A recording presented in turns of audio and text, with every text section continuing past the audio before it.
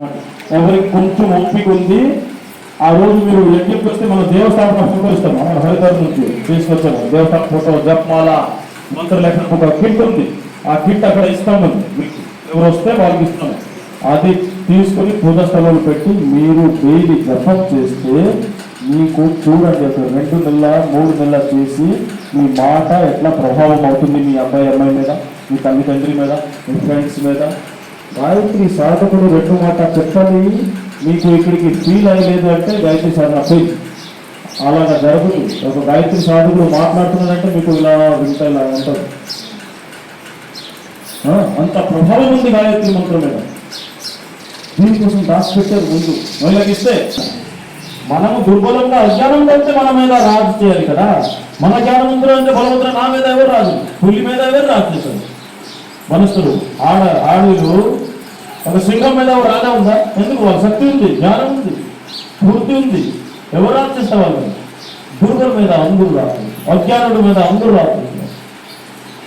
ఇప్పుడు గాయత్రి చేయండి, యజ్ఞం చేయండి, అందరూ కుటుంబంతో పాటు వారు యజ్ఞంకి రండి. ఆదివారంకు ఉదయం యజ్ఞం ఉంది, అందరూ రండి. దయచేసి ఏ ప్రోగ్రాం లేదు, స్నానం చేసి సరే మీరు రండి.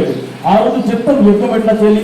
మాకు ఇబ్బంది ఉంది, ప్రాబ్లం ఉంది, ఉద్యోగం, వ్యాపారం, కష్టం, పారివారిక కష్టం, పెళ్లి, ఏదైనా ఉంది. మన అన్ని విధానం సనాతనలు ఇది అన్ని దాచిపెట్టారు. చాలా కష్టం. మన గురుజీ అన్ని ఓపెన్ చేశారు అందరి కోసం. మహాపురుషుడు అంటే అవతార పురుషుడు. మన గురుజీ గురించి కూడా తెలిసిన ఫోటో లేదు, చూపిస్తాం. ఆ ఫోటో అక్కడ ఉంది ఈ బుక్లు. అంటే అవతార పురుషుడు అలాగా గాయత్రి సాధకుడు ఈ ప్రపంచంలో ఇప్పుడు దాకా పుట్టలేదు. ముందు విశ్వామిత్ర పేరు ఉంది గాయత్రి మీద. విశ్వామిత్రుడు ఎంతో తపస్సు చేశారు. వాళ్ళు చాలా టైం ఎక్కువ తపస్సు చేశారు, చాలా. మన గురుజీ ఆ కుటుంబంకి 2 గంటల కూర్చోమంటే ఇది నాడు నిద్ర వస్తుంది, పడుకోవాలి. ఎట్లా సాధన జరుగుతుంది? దయచేసి మీ పిల్లలకి కూడా ట్రైనింగ్ ఇవ్వాలి. వాళ్ళు తీసుకురండి. గాయత్రి దీక్ష, మంత్ర దీక్ష అని గాయత్రి చేయండి, మీరు చేయండి. తర్వాత మీ ఇల్లు చూడండి, మీ కుటుంబం చూడండి ఎట్లా మారింది. అర్థమైంది. ప్రశ్న ఉంటే మీరు అడగచ్చు, లేకపోతే ఇప్పుడు అర్థం.